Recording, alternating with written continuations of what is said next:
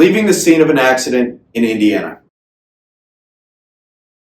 Attorney Zach Bailey with the Marc Lopez Law Firm to talk a little bit about the requirements you have if you're involved in an accident here in Indiana after that accident happens. So a lot of people aren't sure. They get in some kind of fender bender or side swipe or something happens and they don't know what should they do next. So let's start with the basics. If you're involved in an accident, you need to stop your vehicle as close to the scene of the accident as you can. You either stop it at the scene or as close to the accident as possible. Now, as close to the accident as possible is the important part here, because say you're on the highway and both of you merge into the center lane, you bump, you're not going to stop right there in the center of the highway to change information. That doesn't make any sense. At that point, you make sure you pull off to the side as close as you can, and that's where you would exchange information. So what information needs to be exchanged?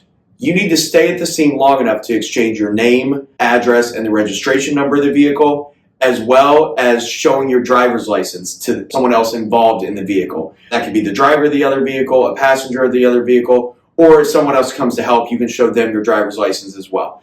Those are the basic requirements if you're involved in a standard traffic accident, the information that you need to share. Your name, address, and registration number, as well as a copy of your driver's license to someone. Now, what you did not hear there was that you need to call the police. That's not necessarily a requirement.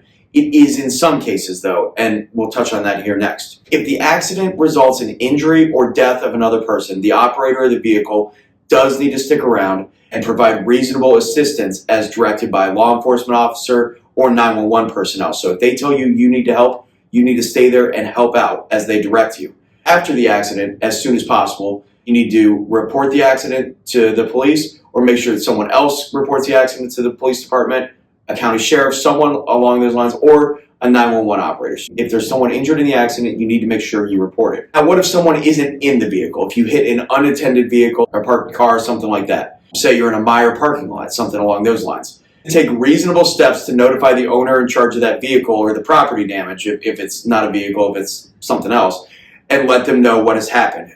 Usually what you can do there is leave your name, phone number, a way to get in contact with you so that they can then handle the accident after that. If you cannot get in touch with that person, contact a law enforcement agency and they can take that accident report at that time. So failing to stay at the scene of an accident, complete those requirements, is a Class B misdemeanor. However, if someone was injured in the accident, then it becomes a level 6 felony, so far more serious. And there are different elements as well. If someone dies in the accident, it becomes an even higher level felony. So it's important that if you are involved in an accident, even if you don't know who's at fault, anything like that, stick around, exchange information. That can all be sorted out later. But make sure you at least exchange information so that you don't commit a crime by leaving the scene before you're allowed to. So if you've been charged with leaving the scene of an accident, either as part of another case, maybe an OBWI case where they say you left, or if you've been charged with leaving the scene of an accident just by itself, give us a call and we can help out.